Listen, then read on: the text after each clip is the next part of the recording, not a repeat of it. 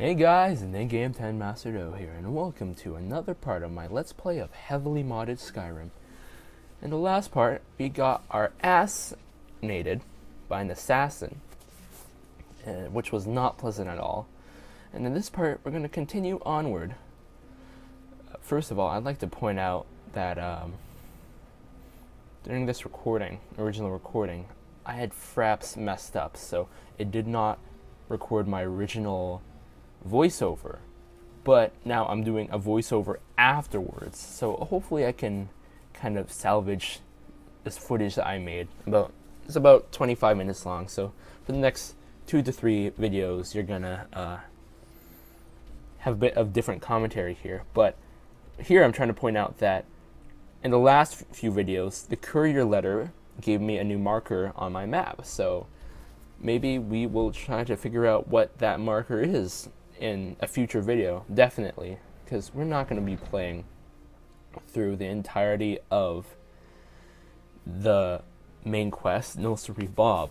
We are going to try and explore quite a bit, do quests here and there, because quite frankly, the main quest is definitely not the most interesting part of the game, especially with the dungeons that it concerns and that it involves you in.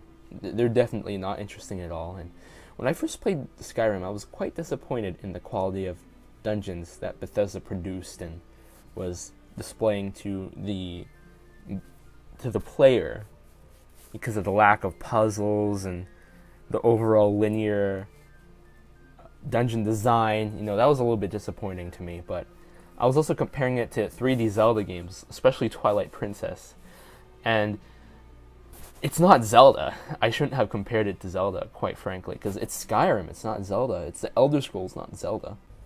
But yeah, I shouldn't be comparing it. It's not the same thing, quite honestly. And here we are at Windhelm, which is a city that I normally avoid for as much of the game as possible. Because one, I don't particularly like the design of the city. I know that Bethesda tried to make every single city unique visually and thematically in their own way, and I don't like the combination they chose for Windhelm. Two, there are so many racist bastards in Windhelm. It's stupid. Like, I know it's a part of the writing, and the Nords rule over Windhelm, and it's the location of where the Stormcloaks are at, and all that stuff. But oh god, they're so racist. It's disgusting. I know it's a game, but it's still morally wrong to me. And that is not the shop. I was looking for the shop there, and I went the wrong way. And when I saw that house name, I thought, ooh, this might be the shop, because I forgot where the shop was, of course. Here I'm looking for the shop. But yeah, in almost every single playthrough I do of Skyrim, I usually join up with the Imperial Army, because I hate the Stormcloaks and I hate their racism. Like, granted, the Imperials are slightly racist to the Nords, but I also think that the Nords are really freaking bad jerks. They're super tough in this. Oh, it's our land, it's our land. Yeah, I understand that, but you don't have to be assholes about it, okay? Okay.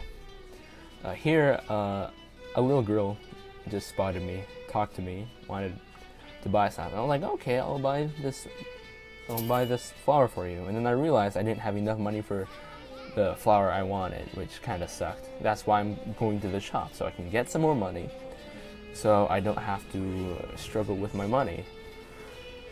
I could do this at Whiterun. I could have gone to Whiterun first, but I also have to pay for the travel expenses there, and I wanted to make sure that I was all set for money. Here, I talked to this guy because I thought he was homeless, but I was wrong. Like I said, I mostly avoid this city for most of my playthroughs of this game. So I really don't know the quests or the people here. I only know Windhelm because of the end of the Civil War quest line that occurs throughout the story of Skyrim, if you can call it Civil War. I thought the war section of this game was pretty damn dinky. There weren't really enough people to like during the war sections where you raid a fort, there weren't really that many people raiding the fort. It was disappointing to me.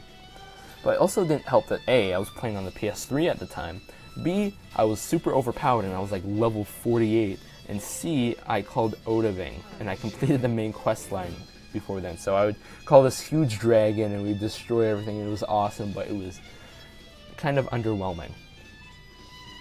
Here, as I previously said before, I'm just selling my stuff, you know. Now I got over 100 gold, and that's nice. But right now I'm looking for some clothes, because these tattered rags on Tessa they just don't work for me. Or rather, they don't work for her, because I'm controlling her. But yeah, we're done with that. Now we can go look for the passage to Whiterun. I first have to get outside the city first, make my way back outside, because from there, like I said in a previous video, we're going to be finding a certain sword.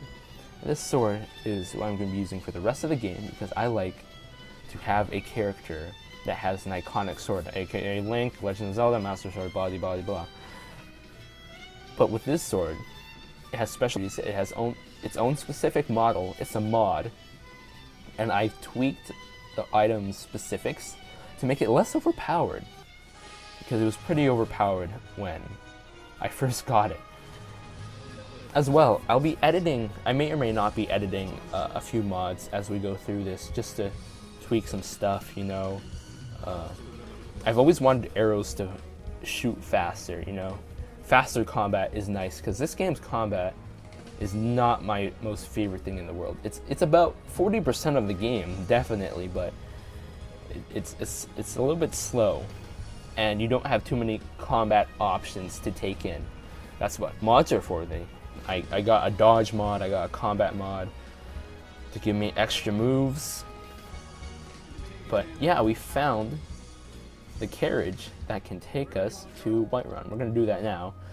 Thankfully, I have enough gold. I have more than enough gold. I have over 100 gold. I'm not short of gold. That's for certain. Get into the back, and let's go.